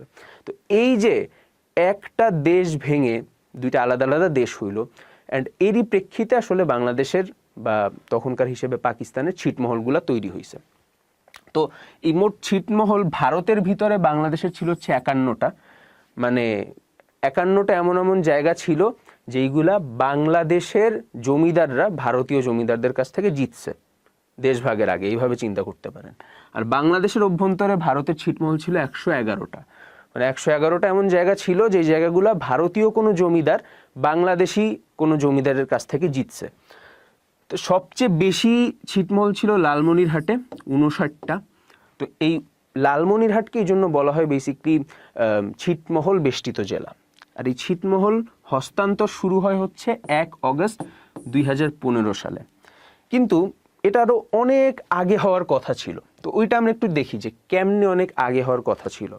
1974 সালে তৎকালীন বাংলাদেশের প্রধানমন্ত্রী শেখ মুজিবুর রহমান আর ভারতের প্রধানমন্ত্রী ইন্দিরা গান্ধী, তারা হচ্ছেন একটা চুক্তি করেন, ভারত বাংলাদেশ সীমান্ত চুক্তি। তো এই চুক্তি অনুযায়ী একটা কথা ছিল যে ভারতের মধ্যে বাংলাদেশের যে সমস্ত ছিটমহল আছে এই ছিটমহলগুলো ভারতকে হস্তান্তর করা হবে, আর বাংলাদেশের মধ্যে ভারতের যে ছিটমহল আছে এগুলো বাংলাদেশকে হস্তান্তর করা হবে। যেন এই যে আমি আমারই দেশের অংশে যাব, এটায় যাওয়ার জন্য আমার আরেকটা দেশের ভূখণ্ড ইউজ না করতে হয়, যেন জনগণের জন্য জিনিসপত্রগুলো সহজ হয়, এই সব চিন্তা করে ৭৪ সালে চুক্তিতে এই ধারাটা রাখা হয়েছিল। এই চুক্তিটা মুজিব ইন্দিরা চুক্তি নামে খুব বিখ্যাত। কিন্তু আনফর্চুনেটলি বাংলাদেশ বেরুবাড়ি নামে একটা জায়গা আছে, একটা ছিটমহল, তো ওইটা ভারতকে হস্তান্তর করে। বিনিময়ে ভারতের কথা ছিল কি, বাংলাদেশের আমরা একটু পর দেখব স্লাইডে যে বাংলাদেশের সবচেয়ে বড় ছিটমহলটা হচ্ছে দহগ্রাম আঙ্গরপোতা। তো এই দহগ্রাম আঙ্গরপোতায় যাওয়ার জন্য একটা ছোট্ট রাস্তা মতো আছে, ওই রাস্তাটার মালিক হচ্ছে ইন্ডিয়া, যেটা আমরা দেখলাম ছিটমহলের সংজ্ঞায়। ওই রাস্তাটার মালিক হচ্ছে ইন্ডিয়া। তো ইন্ডিয়ার কথা ছিল বাংলাদেশ বেরুবাড়ি হস্তান্তর করবে, যেটা বাংলাদেশ করছে, আর ইন্ডিয়া ওই যে রাস্তাটা যেটা ৩ বিঘা করিডোর ওইটা হস্তান্তর করবে। বাট আনফর্চুনেটলি বাংলাদেশ হস্তান্তর করছে বেরুবাড়ি, বাট ইন্ডিয়া ৩ বিঘা করিডোরটা হস্তান্তর করে নাই। এটা হচ্ছে ৭৪ সালের কথা। তো তারপর ২০১৫ সালে এসে এই ছিটমহলগুলো হস্তান্তর শুরু হইলো ১ অগস্ট থেকে। অ্যান্ড এই হস্তান্তরটা হয়েছে বেসিকলি এই চুক্তির ভিত্তিতেই। বাট দুঃখের ব্যাপার হচ্ছে আমাদের প্রায় ৪০ বছর ওয়েট করা লাগছে এই চুক্তির একটা ধারা কার্যকর করতে। ছিটমহল হস্তান্তরটা আসলে বৈধ করার, এখন এটা অবৈধ কেন? অবৈধ হচ্ছে এই জন্য, প্রত্যেকটা দেশের সংবিধান আসলে এটা ঘোষণা করে দেয় যে আমার দেশের সীমানা এতটুকু পর্যন্ত। এখন ওই দেশের সীমানার সাথে যদি কিছু যোগ বিয়োগ করতে হয়, সাপোজ আমি যদি বাংলাদেশ যদি আজকে বলে যে অমুক জেলাটা আমরা ইন্ডিয়াকে দিয়ে দিলাম, ধরেন এটা সম্ভব না, অমুক জেলাটা বা অমুক জায়গাটুকু আমরা মিয়ানমারকে দিয়ে দিলাম, তাহলে এটা একটা অসাংবিধানিক কাজ হবে সরকারের পক্ষ থেকে। অ্যান্ড মনে করেন আমরা সংবিধানের সময় পড়ছি হাইকোর্ট, সুপ্রিম কোর্ট তখন হচ্ছে সরকারকে বাধা দিবে যে তুমি অসাংবিধানিক কাজ করতে পারো না। এখন যদি এই হস্তান্তরটা করতেই হয়, বাংলাদেশ যদি কোনো অংশ মিয়ানমারকে দিতেই চায় যে না আমরা দিবই, আমাদের ভাই ব্রাদার মানুষ, আমরা দিবই, তাদেরকে গিফট দিব, তখন এটা কেমনে করতে হবে? এটার একটা প্রসেস আছে, সেটা হচ্ছে সংবিধানকে সংশোধন করতে হবে। সংবিধান সংশোধন করে ঘোষণা করতে হবে যে না ওই অংশটা আমাদের দেশের অংশ না এখন থেকে। এটা করলে তখন হচ্ছে হস্তান্তরটা বৈধ হবে। তো ওই যে বলছিলাম বেরুবাড়ি বাংলাদেশ হস্তান্তর করছে, আর ভারতের হস্তান্তর করার কথা ছিল ৩ বিঘা করিডোর, যেটা তারা করে নাই। তো এই বেরুবাড়ি হস্তান্তর করার জন্য বাংলাদেশ ১৯৭৪-এই সংবিধানের ৩য় সংশোধনী করে ফেলে। বাট ভারত যেহেতু ৪০ বছর লেট, ২০১৫ সালে তারা তাদের সংবিধানের ১০০তম সংশোধনী এনে, ওই যে আমরা পড়লাম ২০১৫-র ১ অগস্ট থেকেই হস্তান্তর শুরু হয়, সেই হস্তান্তর প্রক্রিয়া শুরু করার জন্য তারা মূলত এই ১০০তম সংশোধনীটা নিয়ে আসে নিজেদের সংবিধানের। ছিটমহল বিনিময়ের পরেও এই যে দহগ্রাম আঙ্গরপোতার কথা বলছিলাম, যেটা স্টিল ভারতের মধ্যে অবস্থিত, বাট এখন সুবিধা যেটা হয়েছে, এই যে ৩ বিঘা করিডোরের কথা বললাম, এটার মাপটা খেয়াল করবেন, ১৭৫ মিটার ইন্টু ৮৫ মিটার, দৈর্ঘ্য ১৭৫ মিটার, প্রস্থে ৮৫, তো এত বর্গ মিটার আর কি আলটিমেটলি। তো এটা হিসেব করলে ৩ বিঘা হয়, এই জন্য এটাকে ৩ বিঘা করিডোর বলা হয়। সো এই দহগ্রাম আঙ্গরপোতা যাওয়ার যে রাস্তাটা, সেটাই হচ্ছে বেসিকলি এই ৩ বিঘা করিডোর। তো বাংলাদেশ এই ৩ বিঘা করিডোরটা ২০১১ সালে একটা চুক্তি হয় যে লিজে দিবে। তো পরবর্তীতে যখন এই ২০১৫ সালে ছিটমহল বিনিময় শুরু হয়, ওই চুক্তিটা বাতিল হয়ে যায়। এখন বাংলাদেশ হচ্ছে এই ৩ বিঘা করিডোরের মালিক। দ্যাটস ওয়াই এই দহগ্রাম আঙ্গরপোতা এখন আর ছিটমহল না, কারণ আমরা আমাদের মূল ভূখণ্ড থেকে আমাদের নিজের রাস্তা দিয়ে দহগ্রাম আঙ্গরপোতায় যেতে পারি। দ্যাটস ওয়াই দহগ্রাম আঙ্গরপোতা এটা এখন বাংলাদেশের একদম ইন্টিগ্রাল অংশ। এখন এখানে আপনাদেরকে দুইটা টার্মিনোলজি আমি একটু বোঝানোর ট্রাই করব। ফার্স্টেই বলে রাখি, এটা আপনাদের পরীক্ষার জন্য খুব ইম্পর্টেন্ট না, এটা হচ্ছে আপনাদের বোঝার জন্য। আর পরীক্ষায় যে চলে আসবে না সেটার কোনো গ্যারেন্টি আসলে নাই। বাট এতদিনকার কোয়েশ্চেন যদি আমরা দেখি, এই টাইপ কোয়েশ্চেন আসলে তেমন একটা হয় না। বাট এটা বুঝলে আপনাদের হচ্ছে ছিটমহলের মূল ধারণাটা আসলে ক্লিয়ার হয়ে যাবে। সো দুইটা শব্দ দেখেন, ট্রানজিট একটা, করিডোর একটা। ট্রানজিট হচ্ছে, আমি আপনাদেরকে যদি একটা ছোট্ট ম্যাপ এঁকে বুঝাই, ধরেন এটা হচ্ছে এ দেশ, এটা হচ্ছে বি দেশ, আর এদিকে আছে হচ্ছে সি দেশ। এখন এই জায়গাটা দিয়ে যাতায়াতের কোনো উপায় নেই আসলে। সো এ দেশ এই একটা রাস্তা ধরে এইখানে কিছু একটা পাঠাবে। সো পাঠানোর জন্য এ দেশকে কি বি দেশের কিছু একটা জায়গা ইউজ করতে হইতেছে না, রাস্তা ইউজ করতে হইতেছে না, সেটা করেই তো সে আলটিমেটলি সি দেশে পাঠাইতে পারতেছে। তো এই যে তিনটা দেশ থাকবে, প্রথম দেশ থেকে দ্বিতীয় দেশ হয়ে তৃতীয় দেশে যখন যাবে বা কিছু একটা পাঠানো হবে, সেটাকে আমরা বলি হচ্ছে ট্রানজিট। করিডোর হচ্ছে দুইটা দেশ, এখানে ধরেন এই হচ্ছে একটা দেশ আর আরেকটা দেশ আমরা লিখতে পারি এইভাবে। তাহলে এই দেখেন, এটা হচ্ছে এ দেশ, এটা হচ্ছে বি দেশ। এ দেশের কিন্তু আমি একটু যদি ডার্ক করে দেই, এ দেশটা দেখেন, এ দেশ কিন্তু চাইলে এখান থেকে এখানে পাঠাইতে পারে, ধরেন এই পয়েন্ট থেকে এই পয়েন্টে পাঠাবে। বাট কি হচ্ছে, এই জায়গাটা অনেক চিকেন স্নেকের মতো, শিলিগুড়ি করিডোরের মতো। সো তারা হচ্ছে এই জায়গাটা অ্যাভয়েড করে যদি বি দেশের মধ্য দিয়ে এই পয়েন্টে পাঠায়, তাইলে দেখেন টাইমও তাদের কম লাগবে, যাতায়াতের সুবিধাও বেশি। তো যখন এরকম একটা দেশ নিজের দেশেই অন্য একটা জায়গায় যাওয়ার জন্য আরেকটা দেশের জায়গা ইউজ করবে, আরেকটা দেশের রাস্তা ইউজ করবে, ওইটাকে হচ্ছে আমরা করিডোর বলি। তার মানে এই যে 3 বিঘা করিডোর, এইবার বুঝতে পারছেন কেন এটাকে করিডোর বলা হয়?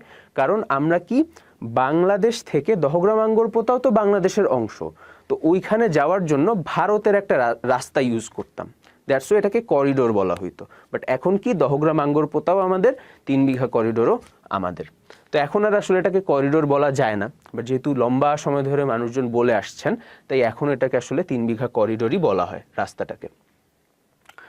এবার আসেন সমুদ্র সীমার কথায়। শুরুতে আপনাদেরকে বলতেছিলাম যে সমুদ্র সীমা নিয়েও একটু ডিসপিউট আছে, যে বাংলাদেশ সরকারের যেটা সরকারি ওয়েবসাইট, সেখানে বলা আছে 580 কিলোমিটার, আর আপনাদের যেগুলো বই বা বিজিবির তথ্য সে অনুযায়ী 711 কিলোমিটার। আরেকটা যেটা বাংলাদেশের উপকূলীয় জেলা 19টা, অনেকে 12টা বলে, 13টা বলে, 15টা বলে। সো 15টার একটা ব্যাখ্যা আছে, বাট 12-13 যারা বলে, এটা আসলে তারা কি ম্যাপ দেখে হয়তো কাউন্ট করে যে কোনগুলা সমুদ্রের পাশে।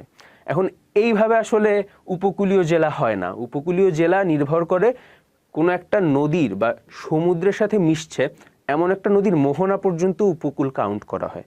তো সেই জিনিসগুলো আসলে সূক্ষ্ম ব্যাপার। তো এক্স্যাক্টলি 19টা হচ্ছে আমাদের উপকূলীয় জেলা বাংলাদেশে। 15টা যারা বলে তারা হচ্ছে কনফিউজ হয়ে যান, উপকূলীয় সবুজ বেষ্টনী তৈরি করা হয়েছে। 15টা জেলায় উপকূলীয় সবুজ বেষ্টনী তৈরি করা হয়েছে, বাট বাংলাদেশের উপকূলীয় জেলা আছে হচ্ছে মোট 19টা। তো দুইটার মধ্যে কনফিউজড হবেন না। বঙ্গোপসাগরের গভীরতম খাদ, এটাকে বলে সোয়াচ অফ নো গ্রাউন্ড, আর বাংলায় বলা হয় হচ্ছে গঙ্গা খাদ। এটা হচ্ছে মেঘনা নদীর যে মোহনা, মানে চাঁদপুরের পর তো মেঘনা নদী সমুদ্রে মিশে, তো ওইটার পরপরই কিছু কিলোমিটার পর এই সোয়াচ অফ নো গ্রাউন্ডটা অবস্থিত। এর গড় গভীরতা হচ্ছে 8500 ফিট বা 2600 মিটার। বঙ্গোপসাগরের উপকূলে অবস্থিত পৃথিবীর দীর্ঘতম নিরবচ্ছিন্ন সমুদ্র সৈকত, এটা আমরা সবাই জানি, আমি না বললেও চলবে, তাও একবার বলে দিই, কক্সবাজার 120 কিলোমিটার। এখানে দেখেন সমুদ্র সীমা, আরেকটা আগেরটা তো বলছি বাংলাদেশের উপকূলীয় সীমা, ওই যে 580 কিলোমিটার, 711 কিলোমিটার, দুইটাই জানবেন। এখন সমুদ্র সীমা, যে বাংলাদেশের ভূখণ্ড যেখানে শেষ হয় তার থেকে কতটুকু গেলে সমুদ্র সীমা। তো এর দুইটা তথ্য আছে, একটা হচ্ছে রাজনৈতিক আর একটা অর্থনৈতিক। সো রাজনৈতিক সমুদ্র সীমা হচ্ছে 12 নটিক্যাল মাইল পর্যন্ত, আর অর্থনৈতিক সমুদ্র সীমা হচ্ছে 200 নটিক্যাল মাইল পর্যন্ত। এখন এইখানে ধরেন আপনার অপশনে 212 দুইটাই আছে, তখন আপনি কিভাবে আনসার করবেন? তখন আপনি হিসেব করবেন যে কোনটা বেশি। যেহেতু 200 বেশি, তাই আমরা তখন আনসার হিসেবে 200ই দিব, 12 থাকলেও 200 দিব। বাট যদি আমার স্পেসিফাই করা থাকে যে রাজনৈতিক সীমা নাকি অর্থনৈতিক সীমা, তখন কিন্তু আমার বুঝে আনসার করতে হবে। তখন কিন্তু আমার দেখতে হবে যে রাজনৈতিক সমুদ্র সীমা কিন্তু 12 নটিক্যাল মাইল, আর অর্থনৈতিক সমুদ্র সীমা কিন্তু 200 নটিক্যাল মাইল। সো এই ডিফারেন্সটা তখন কিন্তু মাথায় রাখতে হবে। বাট যদি না বলে অ্যান্ড অপশানে দুইটাই থাকে, তখন কোনটা দিব? 200 দিব, যেহেতু এটা সংখ্যাটা বড়। বাংলাদেশের সমুদ্র সীমার প্রথম ম্যাপ প্রকাশ করে চট্টগ্রাম বিশ্ববিদ্যালয়। আর এখানে নটিক্যাল মাইলের একটা হিসেব দেওয়া আছে, এটা হইলে আপনারা হচ্ছে লাইক মাইল, কিলোমিটার এইগুলোতেও কনভার্ট করে ফেলতে পারবেন যে কতটুকু সীমা। তো 1 নটিক্যাল মাইল মানে হচ্ছে 1.853 মাইল, আর 1 মাইল হচ্ছে 1.61 কিলোমিটার। এখন বাংলাদেশের সাথে সীমান্ত, সেটা স্থল সীমাই হোক, জলসীমাই হোক বা সমুদ্র সীমাই হোক, আছে হচ্ছে মোট 2টা দেশের। একটা তো হচ্ছে ইন্ডিয়া আর একটা হচ্ছে মিয়ানমার। সো আমরা দেখে আসছি যে কয়টা জেলার সাথে কীভাবে সীমান্ত। এখন সমুদ্রের ক্ষেত্রে না সীমান্তটা ডিফাইন করা খুব কঠিন একটা কাজ। তো এই জন্য ইন্ডিয়া দাবি করে আমাদের এতটুকু, মিয়ানমার দাবি করে আমাদের এতটুকু, বাংলাদেশ দাবি করে আমাদের এতটুকু। সো এটা নিয়ে আসলে ক্ল্যাশ হয়ে যায় অনেক সময় ডিপ্লোম্যাটিক লেভেলে, যুদ্ধ না হইলেও ডিপ্লোম্যাটিক লেভেলে কথা কাটাকাটি বা ক্ল্যাশ হয়ে যায়। সো এখানে বাংলাদেশ আর ভারতের মধ্যে যেই একটা সমুদ্র সীমা নিয়ে বিরোধ ছিল সেটা এখানে দেখানো আছে। সো লাল কালি দিয়ে যেটা দেখানো না, এটা হচ্ছে ভারত দাবি করে যে ভারতের সীমানা এতটুকু হওয়া উচিত, আর বাংলাদেশ দাবি করে হচ্ছে যে কালো দাগটা দিয়ে, এটা বাংলাদেশ দাবি করে যে বাংলাদেশের সীমানা এতটুকু হওয়া উচিত। তাহলে দেখেন ডিফারেন্সটা কিন্তু বেশ বড় হয়ে যায় একটা পর্যায়ে। তো এই ধরনের ডিসপিউট কোথায় আমরা সলভ করতে পারি? তো বাংলাদেশ আর ভারতের সাথে যে সমস্যাটা ছিল, বাংলাদেশ আর ভারতের সাথে যে সমস্যাটা ছিল এটা সলভ করা হয় হচ্ছে পার্মানেন্ট কোর্ট অফ আরবিট্রেশন বা পিসিএ, এটাকে বাংলায় বলে স্থায়ী সালিসি আদালত। এইখান থেকে হচ্ছে বাংলাদেশ আর ভারতের যে ডিসপিউটটা সেটার ব্যাপারে রায় আসে 2014 সালে। অ্যান্ড রায়ে বাংলাদেশের যেই দাবিটা ছিল যে সমুদ্র সীমা বাংলাদেশের এই পর্যন্ত হওয়া উচিত, এটাকে প্রাধান্য দেওয়া হয়। ভারতের যেই দাবিটা ছিল এটাকে বাতিল করে দেওয়া হয়। সো ভারত বাংলাদেশের যে সমুদ্র সীমার বিরোধ, এখানে বাংলাদেশ জয়লাভ করে 2014 সালে। রায়টা কোত্থেকে আসছিল খেয়াল করবেন, পিসিএ বা স্থায়ী সালিসি আদালত বা পার্মানেন্ট কোর্ট অফ আরবিট্রেশন। এখন এই পার্মানেন্ট কোর্ট অফ আরবিট্রেশন অবস্থিত হচ্ছে নেদারল্যান্ডের হেগে। এরপর মিয়ানমারের সাথেও আমাদের ডিসপিউট ছিল, এখানে এটা আবার দেখানো আছে। মিয়ানমারের দাবি হচ্ছে এই যে লাল কালি দিয়ে দেখানো, মিয়ানমারের সমুদ্র সীমা এই পর্যন্ত হওয়া উচিত। বাংলাদেশের দাবি হচ্ছে যে না, বাংলাদেশের সমুদ্র সীমা এই পর্যন্ত, এর এই পাশে হচ্ছে মিয়ানমারের, মানে মিয়ানমারের দাবি হচ্ছে এই পুরাটুকু তাদের, বাংলাদেশের দাবি হচ্ছে যে না তোমার এই যে এতটুকু। সো এইখানেও আসলে বাংলাদেশ জয়লাভ করে, অ্যান্ড এই জয়লাভ করে হচ্ছে বাংলাদেশ 2012 সালে, ভারতের আগে। অ্যান্ড বাংলাদেশের দাবিকে এখানে প্রাধান্য দেওয়া হয়, আর মিয়ানমারের যে দাবি ছিল এলাকাটা তার, এটাকে বাতিল করে দেওয়া হয়। এখন এই রায়টা দেওয়া হয় হচ্ছে, এই রায়টা দেওয়া হয় হচ্ছে আনক্লজ থেকে। এখন আনক্লজ কি জিনিস? United Nations convention on the law of sea, এটা হচ্ছে একটা ল, আইন। এই আইন অনুযায়ী চলে হচ্ছে ITLOS, international tribunal for the law of the sea. So খেয়াল করেন, ল অফ দ্য সি হচ্ছে এখানে মেইন জিনিস।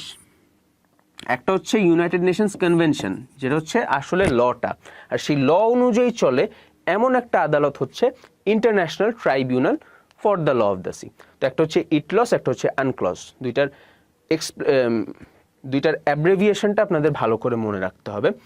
আর ইটলস থেকে বাংলাদেশ মিয়ানমারের সাথে জিতে। আর একটু মনে করার চেষ্টা করেন, ভারতের সাথে কোত্থেকে জিতে? পিসিএ থেকে, তাই না? Permanent court of arbitration. আর মিয়ানমারের সাথে জিতে হচ্ছে ইটলস থেকে, ভারতের সাথে 2014-তে, মিয়ানমারের সাথে 2012-তে। আর দুইটাতেই কি হয়? বাংলাদেশ মামলাটা জিতে। তো এই যেটা আমি বললাম, ইটলস পরিচালিত হয় আনক্লজ অনুযায়ী। এটা হচ্ছে আনক্লজ হচ্ছে আন্তর্জাতিক সমুদ্র বিষয়ক আইন, আর এই ইটলস এটা অবস্থিত হচ্ছে জার্মানির হ্যামবুর্গে। আর আমাদের যে পিসিএ ছিল এটা অবস্থিত নেদারল্যান্ডের হেগে। এরপর বাংলাদেশের আবহাওয়া নিয়ে টুকটাক কথা, যেহেতু আমরা বাংলাদেশ ডিটেলস পড়তেছি। তো বাংলাদেশের আবহাওয়াটার নাম হচ্ছে নাতিশীতোষ্ণ। সো নাতিশীতোষ্ণ আসলে নাতি নাতনির কথা বলে নেই কিছু, নাতিশীতোষ্ণ এর মানে হচ্ছে নাতি মানে হচ্ছে না, শীত মানে হচ্ছে তো ঠান্ডা, উষ্ণ মানে হচ্ছে গরম। তো আলটিমেটলি মিনিং দ্বারাই হচ্ছে না খুব বেশি শীত না খুব বেশি গরম। বাংলাদেশের আবহাওয়া হচ্ছে এরকম। বাংলাদেশের জলবায়ু হচ্ছে ক্রান্তীয় মৌসুমী জলবায়ু বা ট্রপিক্যাল মনসুন ক্লাইমেট।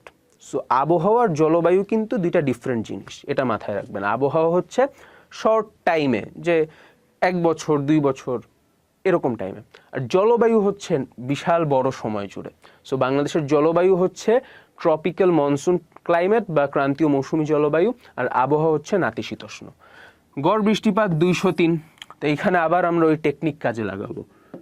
203, 403 ছিল হচ্ছে আমাদের গণপরিষদের সদস্য, 203 সেন্টিমিটার হচ্ছে বাংলাদেশের বার্ষিক গড় বৃষ্টিপাত।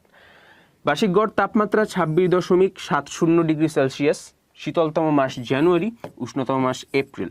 শীতলতম স্থান লালখান, শ্রীমঙ্গল, মৌলভীবাজার। তো মৌলভীবাজার হচ্ছে জেলা, শ্রীমঙ্গল হচ্ছে এটার উপজেলা, সেটার মধ্যে লালখান হচ্ছে একটা জায়গা। তো এইখানেও সেম কেস, যেখানে বৃষ্টিপাত বেশি ওইখানে তাপমাত্রা কম, দ্যাটস ওয়াই ওইখানে শীতল বা ঠান্ডা বেশি। তাহলে আমরা বলতে পারি জায়গার হিসেবে সিলেটের, ওইটা তো আমরা পড়ছিলাম জেলা হিসেবে, যে সিলেটে সবচেয়ে বেশি বৃষ্টিপাত হয়, সিলেটের তাপমাত্রা কম সবচেয়ে, আর সিলেট শীতলতম। আর জায়গার হিসেবে লালখান হচ্ছে বাংলাদেশের শীতলতম জায়গা, বিকজ এখানে বৃষ্টিপাতও বেশি হয়। সেইমভাবে লালপুর, এখানে বৃষ্টিপাত কম হয়, তাই এটা উষ্ণতম জায়গা। আর এটা কই অবস্থিত? নাটোর জেলায়। খেয়াল করবেন, আমরা জেলা হিসেবে আলাদা তথ্য পড়ছি, এখানে স্থান হিসেবে আলাদা তথ্য পড়তেছি। তো এই জিনিসটা যেন একটু মাথায় থাকে, কনফিউজড না হন। এই প্রশ্ন যেন না করে বসেন যে সিলেটকে তো পড়ছি, এখানে বৃষ্টিপাত বেশি হয়। আমি আবার বলতেছি, সিলেটে বৃষ্টিপাত বেশি হয়, সিলেটে শীতলতম, সিলেটে তাপমাত্রা কম, বাট এটা হচ্ছে জেলার হিসেবে। বাট একটা স্থান হিসেবে এই যে আমরা লালপুর পড়লাম, লালখান পড়লাম, এদেরটা হচ্ছে উষ্ণতম শীতলতম ওই হিসেবে। বাংলাদেশের আবহাওয়া অধিদপ্তর, এটা হচ্ছে প্রতিরক্ষা মন্ত্রণালয়ের আন্ডারে, এটা অবস্থিত ঢাকার আগারগাঁয়ে। মোট আবহাওয়া স্টেশন আছে হচ্ছে 35টি। এখানে নদী বন্দরের ব্যাপারটা যদিও প্রাসঙ্গিক না, বাট কেন এখানে লেখা হয়েছে, এই যে দেখেন, বাংলাদেশের মোট নদী বন্দর 35টি, আবার আবহাওয়া স্টেশন 35টি। তো এইভাবে একটু মনে রাখার ট্রাই করবেন। আমরা সব জায়গায় সব লিঙ্ক হয়তো আমি নিজেও জানি না, ঠিক আছে, আপনারা নিজেরা যখন পড়বেন তখন দেখবেন যে আপনারা নিজেরা অনেক কিছুর সাথে অনেক কিছু লিঙ্ক করতে পারতেছেন। তো এটার জন্য আসলে পড়াশোনাটা দরকার, তো এই পড়াশোনাটা আপনারা করবেন ভালো করে। বাংলাদেশের 80% বৃষ্টি হয় বর্ষাকালে। আবহাওয়া অধিদপ্তরের আঞ্চলিক কেন্দ্র আছে হচ্ছে 2টা, ঢাকায় একটা, চট্টগ্রামে। সো এই হচ্ছে মোটামুটি আবহাওয়া স্টেশন রিলেটেড তথ্য। এরপর আসেন SPARRSO, space research and remote sensing organisation. এদের কাজ হচ্ছে বেসিকলি ঘূর্ণিঝড় দুর্যোগের পূর্বাভাস দেয়া, অ্যান্ড অলসো মহাকাশে রিমোট সেন্সিং, এই সমস্ত বিষয় নিয়ে টুকটাক গবেষণা করা। এটাও প্রতিরক্ষা মন্ত্রণালয়ের অধীন, এটার প্রধান প্রধানমন্ত্রী। এর কারণ হচ্ছে প্রতিরক্ষা মন্ত্রণালয়ের আলাদা কোনো মন্ত্রী নাই, প্রতিরক্ষা মন্ত্রণালয়টা বাই ডিফল্ট বাংলাদেশের প্রধানমন্ত্রীর আন্ডারে। ভূ উপগ্রহ কেন্দ্র, ভূ উপগ্রহ কেন্দ্র হচ্ছে যেখান থেকে স্যাটেলাইটের সিগন্যাল গ্রহণ করা হয়। বাংলাদেশের তো এখন নিজের স্যাটেলাইট আছে, রাইট, বঙ্গবন্ধু 1। তো সেইটার সিগন্যাল বা এছাড়াও অন্য যে স্যাটেলাইট যেগুলো ইউজ করে আমরা টেলিভিশন দেখি, যেগুলো ইউজ করে আমরা বাইরের বিভিন্ন দেশের চ্যানেল, ওদের খেলা বা মুভিজ এসব দেখি, এগুলো হচ্ছে ওই স্যাটেলাইট থেকে এই ভূ উপগ্রহ কেন্দ্রে আসে। তারপর সেখান থেকে সিগন্যালগুলোকে আমাদের যার যার টিভিতে পাঠানো হয়। তো বাংলাদেশের প্রথম ভূ উপগ্রহ কেন্দ্র ছিল বেতবুনিয়ায়, যেটা রাঙামাটি জেলায় অবস্থিত, 1975 সালে তৈরি করা হয়। দেন সেকেন্ড ছিল তালিবাবাদ, এটা গাজীপুরে, 1982 সালে প্রতিষ্ঠিত হয়। থার্ড হচ্ছে মহাখালী, এটা ঢাকায়, 1995-তে প্রতিষ্ঠিত। লাস্ট অ্যান্ড ফোর্থ সিলেটে, সিলেট জেলাতেই অবস্থিত, 1997 সালে প্রতিষ্ঠিত হয়। এই মোট 4টা ভূ উপগ্রহ কেন্দ্র আছে বাংলাদেশের। ভূ পর্যবেক্ষণ, ভূকম্পন পর্যবেক্ষণ কেন্দ্র, এটাও আছে 4টা। এই 4টা কই কই? চট্টগ্রাম, ঢাকা, রংপুর, সিলেট। মানে এখান থেকে ভূমিকম্পর বিষয়গুলো পর্যবেক্ষণ করা হয়। আবহাওয়া কেন্দ্র, এটাও 4টা, ঢাকা, পতেঙ্গা, কক্সবাজার, পটুয়াখালী। খেয়াল করেন, আবহাওয়া কেন্দ্র এক জিনিস, আঞ্চলিক আবহাওয়া স্টেশন কিন্তু আরেক জিনিস। আঞ্চলিক আবহাওয়া স্টেশন ছিল 2টা, ঢাকায় আর চট্টগ্রামে, আর আবহাওয়া কেন্দ্র হচ্ছে 4টা, ঢাকা, পতেঙ্গা, কক্সবাজার, পটুয়াখালী। এই পতেঙ্গা কিন্তু আলটিমেটলি চট্টগ্রামের ভিতরেই। সো চট্টগ্রামও যদি অপশনে থাকে যে কোথায় আবহাওয়া কেন্দ্র আছে, সো চট্টগ্রামও থাকে, পতেঙ্গা না থাকে চট্টগ্রাম, তখন কিন্তু চট্টগ্রামকে আপনারা কারেক্ট করবেন। এরপর হচ্ছে বাংলাদেশের জনসংখ্যা নিয়ে আরও কিছু টুকটাক তথ্য। শুরুতে তো আমরা দেখলাম যে বাংলাদেশের বর্তমানে জনসংখ্যা হচ্ছে 16.17 কোটি বা 16,17,00,000। এটা হচ্ছে সরকারি তথ্য বেসিকলি। আর একটু আপনাদেরকে ক্লিয়ার করে দেই, 2021-এর অক্টোবর মাসের রিপোর্ট অনুযায়ী বর্তমানে মানে পরিসংখ্যান ব্যুরোর রিপোর্ট অনুযায়ী বাংলাদেশে বর্তমানে জনসংখ্যা হচ্ছে 16,91,00,000। তো এটা যেহেতু এখনো আপডেটেড না, আপনাদেরকে আমি জানিয়ে রাখলাম, ডিপেন্ড করবে সরকার যদি এটা আপডেট করে সো এটা কার্যকর হবে। সরকার আপডেট না করলে আমরা জেনে রাখবো যে না এটাও ঠিক তথ্য, আমরা যেন আইডেন্টিফাই করতে পারি পরীক্ষায় যে 16.17 নাই, তখন কোনটা ঠিক, তখন অপশনে 16.91 আছে আর আমি বললাম যে অপশন তো ঠিক নাই, তাহলে সমস্যা। তো এরকম আমি আপনাদেরকে ক্লিয়ারলি বলে দিব যে কোন তথ্যগুলো সরকার আপডেটেড, কোনগুলো ঠিক তথ্য ওটার পাশাপাশি, অ্যান্ড কিভাবে আপনারা কোয়েশ্চেনগুলো আনসার করবেন। উপমহাদেশে প্রথম আদমশুমারি হয় হচ্ছে 1872 সালে। এর ঠিক 102 বছর পর বাংলাদেশ যেহেতু 1971-এ স্বাধীন হয়েছে, 1974-এ বাংলাদেশের প্রথম আদমশুমারি হয়। আদমশুমারি লাস্ট যেটা হয়েছে সেটা অনুযায়ী বাংলাদেশের মোট আদিবাসী উপজাতি, যেটাই বলি না কেন, কাজ সরকার তো উপজাতি বলে, আদিবাসী বলে না। আবার যারা ওইখানকার ভূমিপুত্র তারা নিজেদেরকে আদিবাসী বলেন, উপজাতি বলেন না। সো যেটাই হোক, ওটা আছে হচ্ছে মোট 50টা। মাতৃতান্ত্রিক আদিবাসী গোষ্ঠী আছে হচ্ছে গারো আর খাসিয়ারা। পুত্র পিতার পরিচয়ে, কন্যা মাতার পরিচয়ে পরিচিত হয় হচ্ছে ত্রিপুরা সমাজে। সো ত্রিপুরা আমরা কিন্তু দেখছি ইন্ডিয়ার একটা স্টেটের নাম ত্রিপুরা, আবার ত্রিপুরা কিন্তু একটা আদিবাসী বা উপজাতি জনগোষ্ঠীর নামও। পঞ্চদশ সংশোধনীর মাধ্যমে যেটা আমি বললাম যে বাংলাদেশে কোনো আদিবাসী নাই, সরকার বলতেছে এখন ক্ষুদ্র নৃগোষ্ঠী আছে, কিন্তু এই ক্ষুদ্র নৃগোষ্ঠীগুলাই দীর্ঘদিন আদিবাসী হিসেবেই পরিচিত ছিল আমাদের মাঝে, অ্যান্ড এরা এখনও নিজেদেরকে আদিবাসী হিসেবেই দাবি করেন, বলেন যে সরকারের এই স্টেপটা তারা মেনে নেন নাই। তো এই হচ্ছে আমাদের আজকের ক্লাসের মোটামুটি টপিক ছিল, যেখানে আমরা বাংলাদেশ নিয়ে ডিটেইলসে বেশ কিছু জিনিস, বাংলাদেশের প্রশাসনিক ব্যবস্থার টুকটাক বাকি জিনিস, যে বিভাগ, জেলা এবং বিভাগওয়ারি তথ্য, এবং বাংলাদেশের জনসংখ্যা নিয়ে টুকটাক যে বেসিক তথ্যগুলো, এগুলো জানার চেষ্টা করলাম। নেক্সট ক্লাসে আশা করি আপনাদের সাথে আবার দেখা হবে।